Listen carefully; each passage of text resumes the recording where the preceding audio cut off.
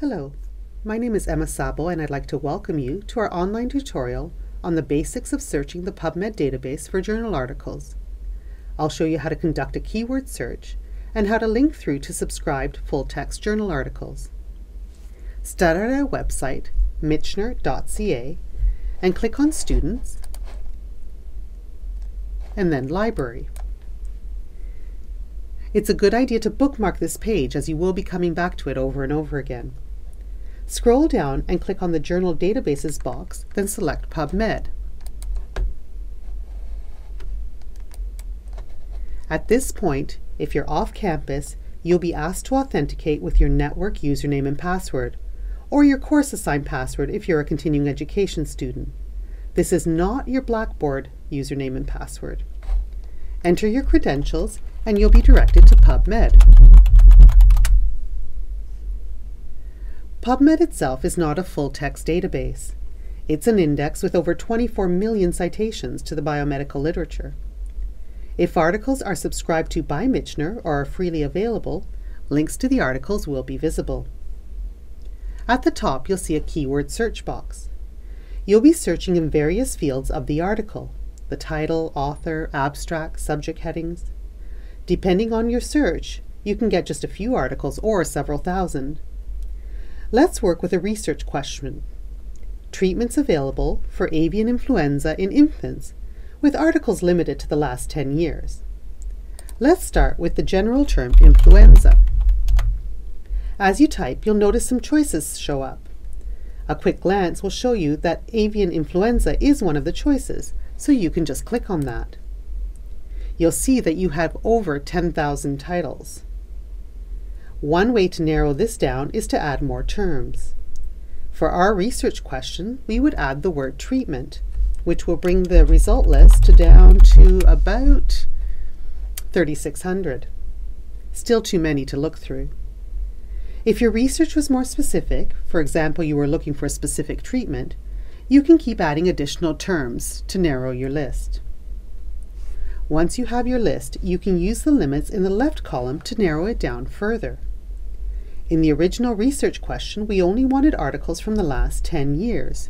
You can choose this under publication dates. You'll notice your number going down. You can also, under Show Additional Filter, choose a language filter or one by article type, age, sex, and other variables. Let's go with the language and the ages one and see what it shows us.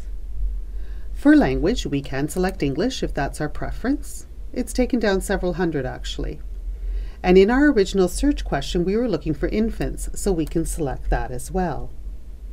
You now have a manageable list of 56 articles. By default, the list of results is in reverse date order. That is, the most recently added articles are on the top. If you'd like, there is a sort by relevance feature that you can use in the right column.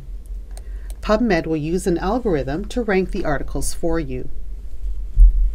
At this point, you can decide if you'd only like to see articles that are available from Michener's full-text subscriptions or are open access. To see those, click on the Michener full-text link on the top right. It is important to realize that if you find the perfect article but Michener does not subscribe to the journal, the library does have an interlibrary loan service where we can bring in articles for you from other libraries. We do not charge for this service, but if the lending library charges us, we would pass those charges along to you, but we'd let you know first. To continue, you can look through the list of articles and click on the title of any you're interested in. Once you've done so, at the top right, there will be a Michener icon if Michener subscribes to that article. Usually it's full text online, but you may also see an icon that indicates print, meaning it is available in hard copy in the library.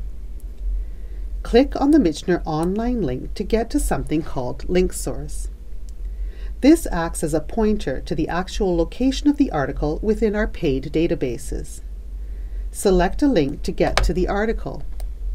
Sometimes it'll go directly to the article, sometimes it will go to a table of contents and then you just have to find the article that you were looking at. And you'll often get a choice of HTML or PDF. In this case we have PDF. When you click on it, you will actually get the text of the article.